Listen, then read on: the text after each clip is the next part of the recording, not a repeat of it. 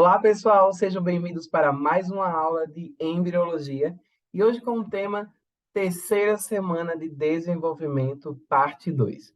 Como nós já falamos, nessa parte nós vamos entender como ocorreu todo o processo de formação das estruturas que nós já estudamos na parte 1. Iremos começar aí com nossa tabela de praxe, que é a tabela de desenvolvimento semanal. Nessa tabela nós temos que analisar todas as estruturas que vão ocorrendo nas suas determinadas semanas. Aqui nós estamos trabalhando na terceira semana, que compreende o período pré-embrionário, e nessa terceira semana nós vamos entender o processo de gastrulação, que o processo de gastrulação nada mais é do que o processo de formação das 3 capas embrionárias, nessa terceira semana. Então, podemos destacar que o processo de gastrulação é quando acontece a criação do ectodermo, endodermo e, entre eles, mesoderma intraembrionário, que a gente já viu essas estruturas na primeira parte. Então, gastrulação se refere a isso, é o processo de formação dessas 3 capas, que compreende aí a terceira semana. Iremos ver também que esse processo de implantação se conclui na terceira semana, onde esse processo de implantação nós já vimos que é quando o citotrofoblasto emite células que vão cobrir o sincício trofoblástico, que vai formar aí a coraça citotrofoblástica, determinando assim o fim dessa implantação. E nessa fase, o sincício trofoblástico não vai mais fagocitar o endométrio, fazendo assim com que nós tenhamos aí o fim dessa implantação desse embrião no endométrio materno. Na terceira semana, nós já destacamos que é a formação do disco trilaminar, das 3 capas que já foi destacada, e nós vamos relembrar um pouquinho agora, para já darmos início ao nosso processo de desenvolvimento. Já sabemos que, na terceira semana, esse embrião tem como nome o disco trilaminar, está composto aqui na parte dorsal pela capa ectodérmica, na parte intermédia, em vermelho, o mesoderma intraembrionário, e na parte em amarelo, o endoderma intraembrionário. Já vimos também que em 2 partes, né, tanto uma cefálica quanto uma caudal, só é formado por 2 capas. No caso aqui, a gente pode destacar que esse embrião corresponde ao embrião bilaminar, que seria aqui a membrana bucofaríngea, e aqui na parte caudal, a membrana cloacal. Iremos destacar como foi formado todas essas estruturas e como ocorreu cada etapa. Vimos também as questões das velocidades, e nessa segunda parte iremos destacar em detalhes como ocorreu aí o processo de formação para os vasos sanguíneos, ok? Já iremos iniciar aí com esse tema que é de muita importância para a embriologia, que é a formação aí do sistema circulatório primitivo. Esse sistema circulatório primitivo tem sua origem aí, o processo de formação, cerca do aproximadamente dia 18 do processo de desenvolvimento, 18º dia, né, do processo de desenvolvimento embrionário. E podemos também afirmar que esses processos de formação desses vasos, eles ocorrem num tecido que é o mesoderma extraembrionário e o mesoderma intraembrionário. Então, nós temos que saber que esse processo de criação de vasos ocorre no mesoderma, tanto intraembrionário quanto extraembrionário. Podemos destacar aqui, ó, essa cavidade abaixo, né, na parte mais ventral, seria o saco vitelino, e nós sabemos que o mesoderma que reveste esse saco vitelino é o mesoderma extraembrionário esplácnico.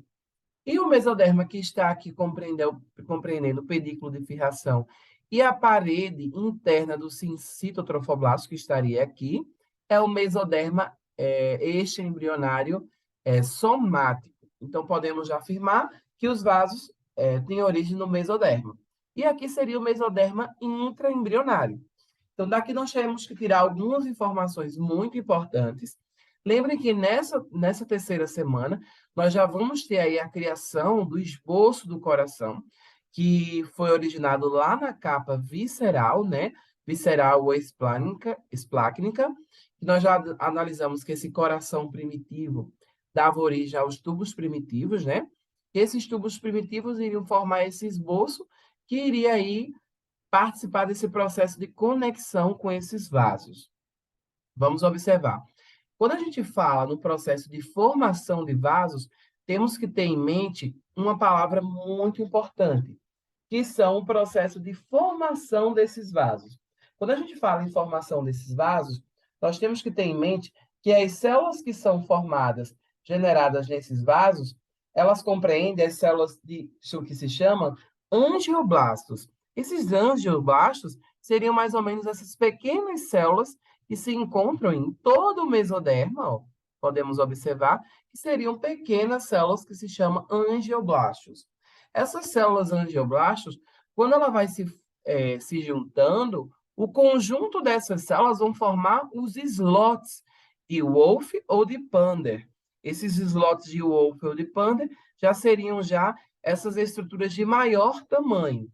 Esses slots de Wolff ou de Pander, um conjunto dele, podemos afirmar que esses slots, eles vão ser primeiramente maciços. Então, eles não vão ter nenhuma luz dentro desses slots.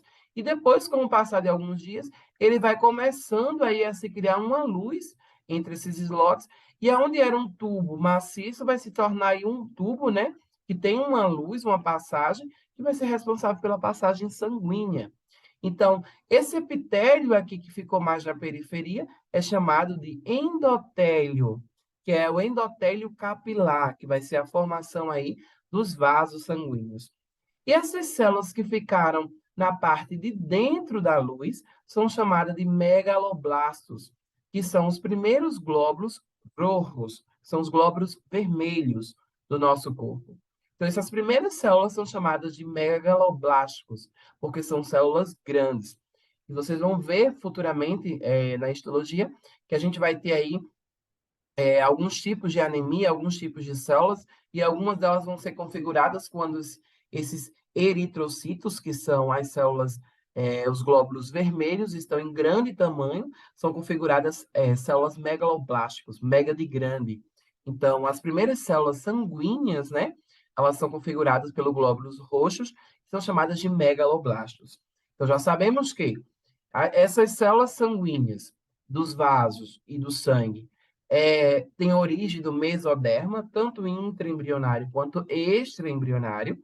Já sabemos também que a célula, ela se chama angioblastos, que é a célula que tem origem, né, sanguínea ou de vasos, e um conjunto dessas células vão se chamar slots de Wolfer e de Pander, que são aí os cientistas que descobriram esse ato. E lembrando que esses slots de Wolfer de Pander é quando eles são maciços, ele não tem nenhuma luz. Quando ele cria-se aí uma luz, né, uma cavidade entre essas células, elas já vão ter aí a formação de vasos. E essas células que ficam adentro, né, vão ser chamadas de megaloblastos.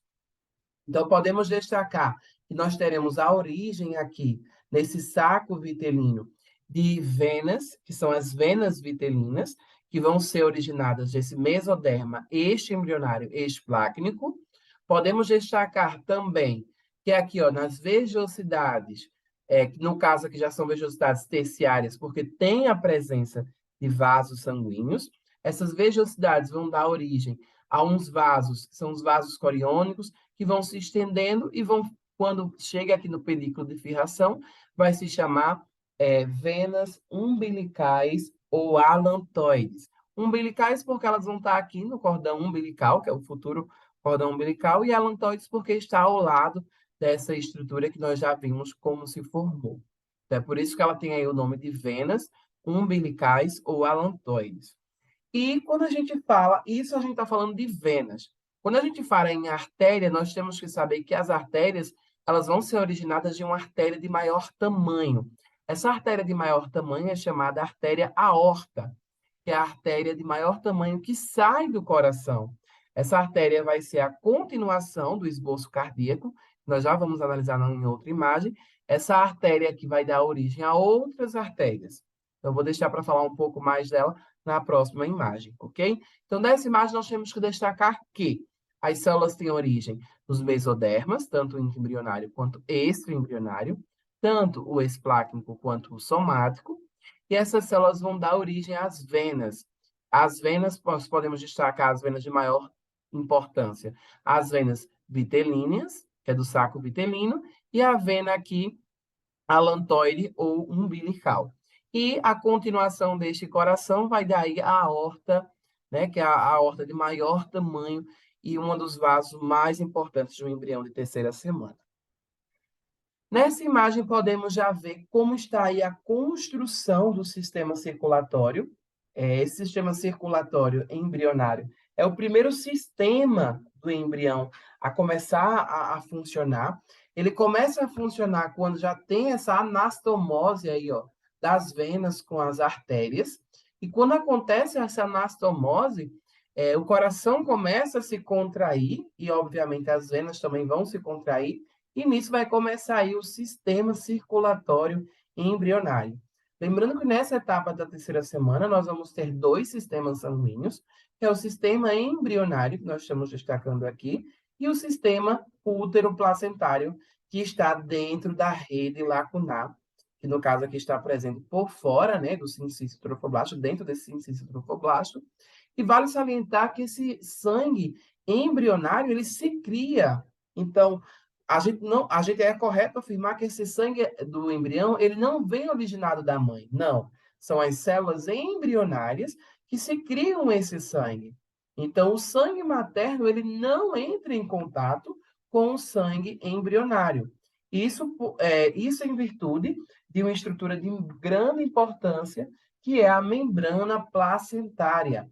A membrana placentária tem grande importância porque ela não vai permitir que esse sangue embrionário entre em contato com o sangue materno. Por exemplo, se essa mãe for portadora de uma doença, que seria o HIV, é correto afirmar que esse feto não teria, não iria contrair esse HIV, porque ele não iria ter contato com o sangue materno. Obviamente, acontece, tem que ter um respaldo, um cuidado para que essa criança não tenha, não seja contraída com essa doença, mas isso é em virtude no parto, certo? Da gestação não tem perigo, porque a criança não entra em contato com o sangue materno. Então, essa membrana placentária, ela vai contar com 4 tecidos de proteção. Esses 4 tecidos são, ó, de interno a externo. Nós vamos ter aqui o endotélio dos vasos. Esse endotélio vai ser tanto o endotélio dos vasos embrionários, tanto dos vasos embrionários, tanto artérias quanto venas. Nós vamos ter aqui o mesoderma extraembrionário somático, que também é uma barreira, o citotrofoblasto e o sincício trofoblasto. Então, aqui nós vamos ter 4 tecidos impedindo que esse sangue embrionário entre em contato com o sangue materno. Esse sangue materno vai estar aqui nas redes, né? Na rede lacunar, que vai formar aí o sistema circulação útero-placentário. Então, esse sangue embrionário vai trocar substâncias, que é chamado de hematoses, que é a troca gasosa de oxigênio e dióxido de carbono, e nutrição e desejos metabólicos, embrionários com sangue rico materno em oxigênio. Então, ele vai dar aqui o dióxido de carbono e vai adquirir o oxigênio do sistema placentário, ok? Visto isso, nós podemos destacar aqui. Nessa imagem que nós vamos observar as venas vitelinas que já foram formadas pelo mesoderma extraembrionário somado, esplácnico, perdão, e essas venas vitelinas, elas vão encontrar em contato, aqui nós podemos observar que esse daqui seria o nosso esboço cardíaco. Esse esboço cardíaco, observamos que essas venas vitelinas, elas vão entrar nesse esboço cardíaco, vão receber, além das venas vitelinas, também vai vir aqui, ó, as venas alantoides ou umbilical. Essas venas já vão vir ricas em oxigênio, vai para o coração. Então, ó, vai entrar tanto as venas umbilicais ou alantoides, como também a vena vitelina. E após isso, a continuação, aquela artéria que nós dissemos que tem grande importância na terceira semana, que é a aorta. A aorta, que é a artéria de maior tamanho, ela vai descender, ó, ela vai sair do coração e descender. Aí, quando ela descende em direção ao cordão umbilical, ela vai dar duas ramas que vão descer para o saco vitelino e vão se ramificar. Essas artérias aqui são chamadas de artérias vitelinas. As artérias vitelinas vão se anastomosar com o sistema venoso e vai formar aqui, ó, o sistema venoso do saco vitelino, venoso e arterial do saco vitelino. E a continuação da aorta vai dar aqui, ó, no momento que entra nesse cordão umbilical, vai dar aí a artéria umbilical ou artéria alantoides. Então, tanto a artéria umbilical quanto a vena umbilical têm o mesmo nome, só muda aí se é artéria ou vena. Então, ela pode se chamar de artéria ou vena umbilical ou alantoides, certo? E aqui ela vai entrar aí, ó, desse sistema aí, né, que é o mesoderma extraembrionário somático, e vão se ramificar cada vez menores para entrar aí nessas vejosidades coriônicas, onde elas também vão se anastomosar, ó, a artéria com venas, para fazer aí esse processo de intercâmbio gasoso. Então, aqui nós já podemos destacar a criação dessas artérias, esse sistema circulatório embrionário, que se torna indispensável para o embrião de terceira semana. Coloquei essa imagem, uma imagem ilustrativa, obviamente, porque nessa terceira semana esse embrião não vai ter esse formato aqui, esse embrião ainda não vai ter estrutura, esses órgãos que estão formados nesse embrião, mas eu coloquei para termos uma visão como funciona esse processo. Esse embrião vai receber, ó, o sangue com oxigênio, vai levar esse sangue com dióxido de carbono, e essas vejosidades coriônicas vão entrar em contato, ó, isso aqui seriam os vasos endometriais, que é aqueles têm a rede lacunar. Então, acontece esse intercâmbio gasoso, né? Eles emitem o sangue com dióxido de carbono e recebem oxigênio. Nós vamos aprender aí um pouco mais para frente como ocorre esse processo de intercâmbio gasoso. E quem faz esse processo são as vejosidades coriônicas, ok? Nesse processo aqui, nós vamos destacar como ocorreu a formação aí dessas três capas do disco trilaminar. Sabemos que esse disco trilaminar é formado por uma capa mais dorsal, que é chamada de ectodérmica. Nós já vimos que esse ectodérmico, que marca o início da terceira semana, é a linha primitiva, e ao lado oposto da linha primitiva, nós temos aqui o surco neural. Nós sabemos que a capa intermédia é o mesoderma intraembrionário e a capa mais ventral, o endoderma. Então, nós vamos entender como funcionou essa criação dessas estruturas. Primeiro de tudo, nós sabemos que a gastrulação seria o processo de criação dessas capas. Porém, o nome que se dá ao processo de migração dessas células embrioblastas para a generação dessas capas se chama de epibólia. Antes de tudo, sabemos que essas três capas têm origem de apenas uma capa, que é o epiblasto. Então, o epiblasto, vamos supor que ainda tenhamos o epiblasto, esse epiblasto vai iniciar a migração celular, que vai entrar aqui pela focita primitiva. Sabemos que também aqui teremos o nódulo de Hansen, né? Então, ele vai entrar pela essa focita primitiva, e as primeiras células elas vão em direção, né, na parte ventral, para formar aí esse endométrio. Perdão, endométrio. Esse endométrio vai formar aí, originado dessas células do epiblasto. Então, essas células vão se tornar, elas vão entrar aí entre uma célula e outra, e vão aos poucos crescendo o seu tecido celular, ao ponto de substituir esse hipoblasto. Então, ao momento que essas células que foram originadas do epiblasto estiverem em toda a região do hipoblasto, eles vão substituir esse hipoblasto, que é a estrutura da segunda semana, aqui, ó, hipoblasto, e esse hipoblasto vai começar a desaparecer e vai gerar aqui que estrutura? O endodermo, certo? Esse endodermo intraembrionário, vai ser a estrutura mais ventral esse embrião, que é o disco trilaminar. Depois disso, nós teremos aí mais invaginações, que vêm originadas do epiblasto, que vão formar agora o nosso mesoderma intraembrionário. Esse mesoderma intraembrionário, ele tem alguns processos. Esses processos vão ser originados para ser a geração aí de células que nós vamos ver um pouco mais para frente, esse processo aí do mesoderma intraembrionário. Deixa eu só colocar aqui para a gente já ver como é que forma o mesoderma intraembrionário. Nós sabemos que essas células que vêm aqui da capa mais dorsal do epiblasto, vão entrar pela focita primitiva, através de um processo que se chama epibólia, e esse processo ele vai dar o primeiro passo, que é o processo de divergência. Esse processo de divergência nada mais é do que quando as células entram na focita, elas começam a ir para as laterais. Então, elas vão criando primeiro essas laterais, mais dorsal.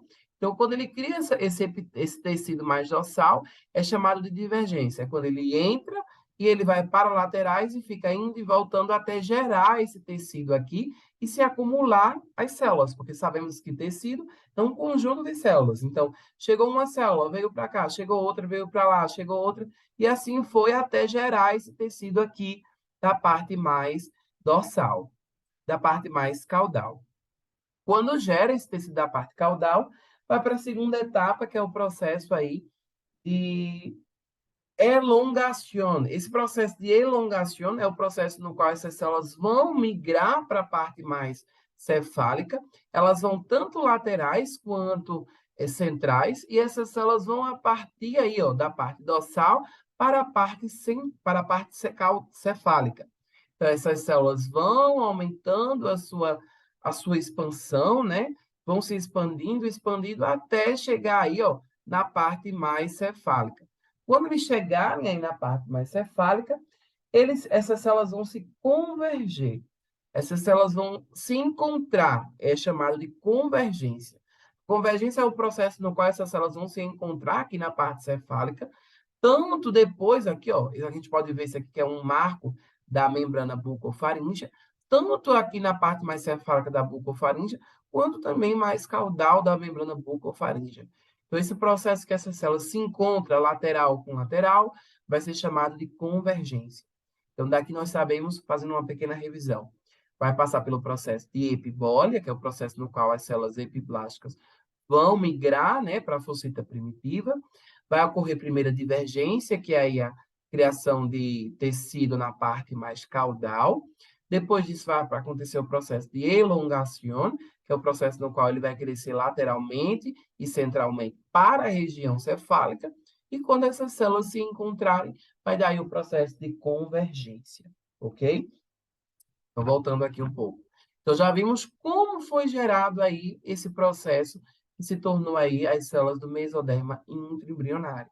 Lembrando, o mesoderma intraembrionário vai ter várias estruturas que nós já estudamos, que são os mesodermas laterais, os gononefrotomos, as somitas, o somitômero, a notocorda, a placa precordal, a placa cardiogênica, o mesoderma não diferenciado. Então, são as estruturas do mesoderma aí, intraembrionário. E o final dessa gastrulação se dá quando esse epiblasto, né, que é a capa mais dorsal, é a última transformação quando esse epiblasto ele muda de nome, então essas células epiblásticas, essas novas células epiblásticas vão se chamar agora ectoderma. Então isso vai marcar aí o fim da gastrulação. Então, passando aqui essa imagem, nós sabemos que essa capa mais era o epiblasto, que vai se transformar em ectoderma. Essa capa intermédio que está se criando vai se tornar quem? O mesoderma intraembrionário, que é onde era hipoblasto, vai se formar aí o endoderma intraembrionário, ok? Essa imagem é a imagem na qual nós vimos a criação do mesoderma intraembrionário, e agora nós vamos passar aí por um processo que também é muito importante. Nós sabemos que uma linha uma massa lateral, uma massa central, né, na linha axial, que marca aí a nossa notocorda, Se essa notocorda é um maciço, é um tubo maciço, onde ela não tem abertura, então o processo no qual essa fossita primitiva ela entra nessa notocorda, no processo no qual essa fossita primitiva ela entra no interior da notocorda, ela passa a se chamar conduto neurético. Esse conduto neurético ele vem posterior, porque quando essa fossita primitiva ela entrar na notocorda, ela vai se chamar conduto notocordal. Esse conduto notocordal é quando a notocorda está por completo, certo? Ao passar de alguns dias, esse conduto ele vai se encurtar, então ele vai diminuindo o seu tamanho. É quando ele passa a se chamar conduto neurético. Então, repassando, nós vamos ter a notocorda, que primeiramente vai ser um tubo maciço, porém depois, quando essa fossília primitiva entrar na notocorda, ela vai se chamar conduto notocordal. Quando esse conduto notocordal diminuir de tamanho, ele vai passar a se chamar conduto neurético, certo? Então, por volta do 17º dia, esse conduto neurético, ele vai ligar a cavidade dorsal com a cavidade ventral. Cavidade dorsal é essa que se chama cavidade amniótica, e a cavidade ventral, o saco vitelino. Então, esse conduto notocordal, ele vai fazer aqui, ó, uma ponte que vai ligar o líquido da cavidade amniótica com o líquido do saco vitelino. Para que isso? Isso vai servir, porque lembre, que o sistema circulatório ele só vai começar a se gerar no 18º dia. Então, no 17º dia é quando ele tem aí essa ligação dessas cavidades. Então, até então, esse embrião não tem sistema circulatório. Então, ele precisa de outra forma de nutrientes, porque até então está chegando pouco nutrientes para ele. Então, ele faz esse conduto neurético como forma de nutrição para ele. Então, é quando as cavidades aí vão compartilhar nutrientes para assim nutrir mais esse embrião, certo?